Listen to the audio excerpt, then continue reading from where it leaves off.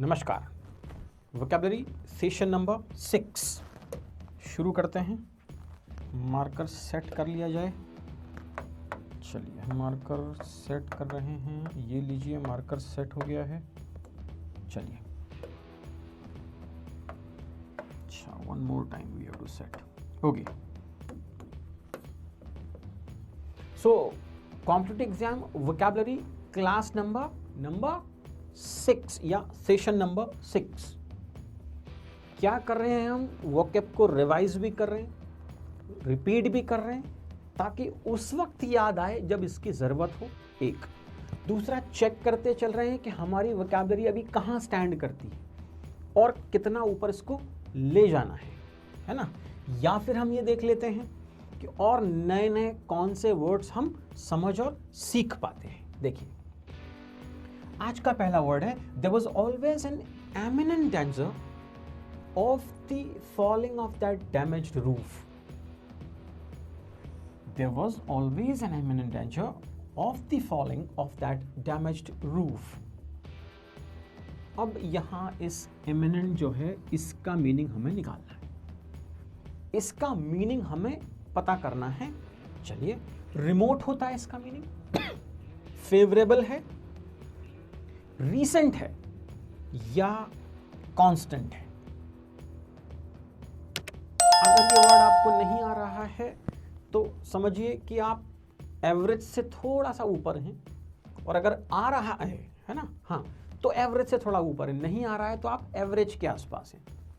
बाकी सब कुछ समझ में आ रहा है। There was always an imminent danger of the falling of that damaged roof. Damage का मतलब तो आता है, रूफ का मतलब भी आता है। चलिए, आप पहले नोट कीजिए कि इसका राइट आंसर आपके हिसाब से कौन सा है ना। ए, बी, सी और डी में से विच वन इज करेक्ट? सोना नहीं है, ढीले नहीं पड़ना है, एक्टिव रहना है, समझना है, सीखना है, क्योंकि लाइफ में कुछ कर गुजरना है। हम यहाँ यूं ही खाने, अनाज को खुटाने मतलब खत्म करने नहीं आए हैं। We have to prove the birth of worth of human birth. आधों को समझ नहीं आया। We have to prove the worth. अब अगर वर्थ नहीं समझ में आ रहा है तो वो क्या बिल्कुल ही कमजोर है। तो we have to prove the worth of this human birth. हमें प्रूव करना है। वर्थ मतलब वैल्यू, कीमत किसकी? इस ह्यूमन बर्थ की। ऊपर वाले ने दिया है ना जो, इसको प्रूव करो रे। सिर्फ ऐसे आड़े मत पड़े रहो, सीखो, समझो, कुछ कर गुजरो। आंसर लगा लिया होगा आपने। So there was always an imminent danger of the falling of that damaged roof. The right answer is remote और distance नहीं, ये गलत आंसर है। फेवरेबल मतलब पॉजिटिव, ये भी नहीं। डेंजर कैसे फेवरेबल हो सकता है ना। रीसेंट मतलब न्यू, नया खतरा है क्या? ये भी यहाँ ठीक नहीं जम रहा है। यहाँ राइट आंसर है कांस्टेंट, स्टेडी। कांस्टेंट, स्टेडी, ये है इमिनेंट। याद रखिएगा, इमिनेंट डेंजर है मतलब कांस्टेंट डेंजर बना हुआ है। किस चीज का? कि छत का वो जो डैमेज हिस्सा है वो कभी भी गिर सकता है। ये बिल्कुल कांस्टेंट या स्टेडी या इमिनेंट डेंजर है ना। ये लगातार रहने वाला खतरा है, कांस्टेंट है। Very good. तो फर्स्ट का आंसर है डी, इमिनेंट मींस कांस्टेंट या steady. Hazardous waste should be disposed of properly. अब हजार्डस वेस्ट कैसा वेस्ट? अगर ये वर्ड आपको आ रहा है तो आपकी वोकैब एवरेज के आसपास है, अगर नहीं आ रहा है तो एवरेज से नीचे है। बहुत मेहनत करने की जरूरत है समझने सीखने की। ऐसे आड़े पड़े रहकर वीडियो देखने से कुछ नहीं होने वाला है। स्टार्ट रीडिंग, सीखिए, समझिए, पढ़िए, जितना हो सके पढ़िए। किसी ने कहा है कि जिसको एक बार पढ़ने की आदत लग जाए, है ना, once you are in the habit of reading, ये जीवन बहुत छोटा लगेगा। इतना कुछ है पढ़ने के लिए, और हमने क्या पढ़ा है ना। हमने क्या पढ़ा? कुछ नहीं पढ़ा। सिलेबस को भी सिर्फ घोटा रटा और यहां तक आ गए आप पढ़ो रे। क्या ये डिफिकल्ट है हजार्डस? क्या नॉन प्रोडक्टिव है हजार्डस? या डेंजरस है या सेफ है।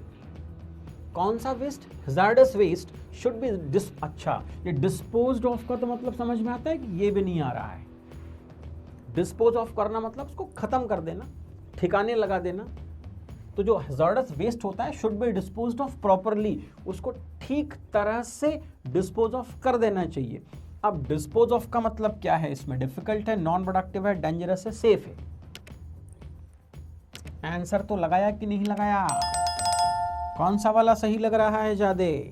डिफिकल्ट या नॉन प्रोडक्टिव? देख लेते हैं answer. Hazardous waste should be disposed of properly, difficult, hard गलत है सेंटेंस। इसका मतलब ये मीनिंग यहां नहीं है। दूसरा नॉन प्रोडक्टिव, नॉट यूजफुल भी गलत है। The right and proper answer is dangerous, unsafe, risky. तो सेकंड क्वेश्चन का आंसर है डेंजरस, अनसेफ, रिस्की, हैजार्डस। वो मोस्टली हॉस्पिटल से या जो फैक्ट्रीज होती है वहां से जो निकलने वाला खतरनाक कचरा होता है उसको डिस्पोज ऑफ करना बहुत जरूरी है प्रॉपरली। हमारा नेक्स्ट क्वेश्चन है he tried to cajole. Kajol नहीं है भैया, कैजॉल। हाँ, but it was in vain. He tried to cajole her but it was in vain. समझते हैं? अच्छा, कैजॉल का मतलब इंस्पायर होता है क्या, कि उसने उसको इंस्पायर करने की कोशिश की। बट इन वेन, तो अब अच्छा आपको इन वेन भी समझ में नहीं आ रहा है कि आ रहा है? अरे आप चाहे कॉम्पिटिटिव एग्जाम की तैयारी कर रहे हो या स्पोकन इंग्लिश सीखना चाहते हो या सिर्फ अपनी इंग्लिश इंप्रूव करना चाहते हो, इतनी वोकैब तो आपको आनी चाहिए ही। क्या इन वेन का मतलब क्या होता है? और कैजॉल अगर नहीं आ रहा है तो आप एवरेज से भी थोड़ा कम पर हैं, थोड़ा आगे बढ़िए, है ना? थोड़ा अच्छे लेवल पर जाइए, थोड़ा सीखिए, थोड़ा समझिए। यस, चलिए इसका सेकंड ऑप्शन है कंसोल, फ्लैटर या एंटरटेन। अब जिसको कैजॉल आ ही नहीं रहा है उसके लिए तो सब आंसर, चारों के चारों ऑप्शंस बराबर हैं। पर जिसने कभी सुना पढ़ा देखा है कहीं, वो थोड़ा सा हिसाब लगाओ, और जिसको आ रहा है वो तो फट से आंसर बता देगा, सर इसका आंसर नंबर बी है, सी है, डी है, व्हाटएवर। तो पहले तो आंसर लगा लीजिए, फिर अपन इसके बारे में डिस्कस करते हैं। चलिए, he tried to cajole her but it was in vain. पहले इन वेन की बात कर लेते हैं। इन वेन का मतलब है व्यर्थ, बेकार, जो यूज ना हो पाए ढंग से, है ना? तो इंस्पायर तो मोटिवेट होता है, यहां पर गलत आंसर है। कंसोल का मतलब किसी को सांत्वना देने से मतलब है, सूद करना, है ना? कंसोल करना मतलब सांत्वना देना, किसी को सूद करना। फ्लैटर का मतलब होता है परसुएड, कॉक्स, कैजोल। कैजोल जो शब्द है उसका एग्जैक्ट मीनिंग है फ्लैटर, परसुएड, कॉक्स, मनाना, बहलाना, फुसलाना, मनाना, दैट इज कॉल्ड कैजोल। और एंटरटेन मतलब अम्यूज, मनोरंजित करना, गलत है। राइट आंसर है इस क्वेश्चन का C, that is persuade, coax, flatter, cajole. Next question की तरफ चलते हैं। अच्छा, फिर से वही क्वेश्चन आ गया, ही ट्राइड टू कैजॉल हर। कैजॉल तो समझ में है ना, फ्लैटर, कॉक्स, परसुएड। इस बार इन वेन का मीनिंग बताना है। बेनिफिशियल है, वर्थलेस है, एट लॉस है या फ्रूटफुल है। आंसर आपको नोट करना है, फोर्थ नंबर है आंसर। कौन सा वाला आएगा फटाफट, कम ऑन। तो देखिए, बेनिफिशियल होता है यूजफुल, गलत आंसर है। इन वेन का एक्चुअल सेंस है यूजलेस, बेकार, जो यूज ना हो पाया हो, है ना? वर्थलेस। एट लॉस मतलब नॉट बेनिफिट, और फ्रूटफुल मतलब प्रोडक्टिव।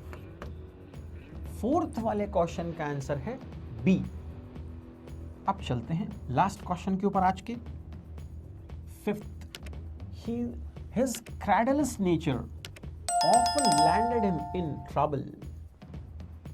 क्रैडलस नेचर, अब क्रैडलस का मतलब नहीं आ रहा है तो आप एवरेज से नीचे हैं।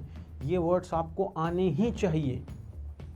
यस, नहीं है तो रीडिंग बढ़ाइए, थोड़ी और प्रैक्टिस कीजिए, समझिए, देखिए सॉफ्ट है क्या क्रेडलिस, क्या सॉफ्ट नेचर होने के कारण वो परेशानी में रहता है, या बिलीव इजीली है, या एरोगेंट नेचर है उसका, या फिर इनोसेंट है वो बहुत। आंसर आप लगा लीजिए फटाफट, इनोसेंट, एरोगेंट, इजीली बिलीव और सॉफ्ट। ये लीजिए आपके आंसर्स आ गए यहां पर। सॉफ्ट तो फ्लेक्सिबल होता है, यहां पर नहीं है राइट आंसर। इजीली बिलीव, इसका मतलब होता है क्रेडुलस इन नेचर। जब हम किसी की बात पर बड़ी आसानी से बिलीव कर लेते हैं तो हम कहते हैं उसका नेचर कैसा है, क्रेडुलस है ना। या एरोगेंट मतलब हॉटी, जिद्दी, अड़ियल, गर्व से भरा हुआ, प्राउडी है ना, हॉटी जिद्दी अड़ियल नहीं, प्राउड वाला मामला, गर्व से भरा हुआ। और इनोसेंट मतलब गिल्टीलेस, मासूम है बेचारा। तो इसका राइट आंसर है क्रेडुलस का मतलब होता है बिलीव इजीली, जो किसी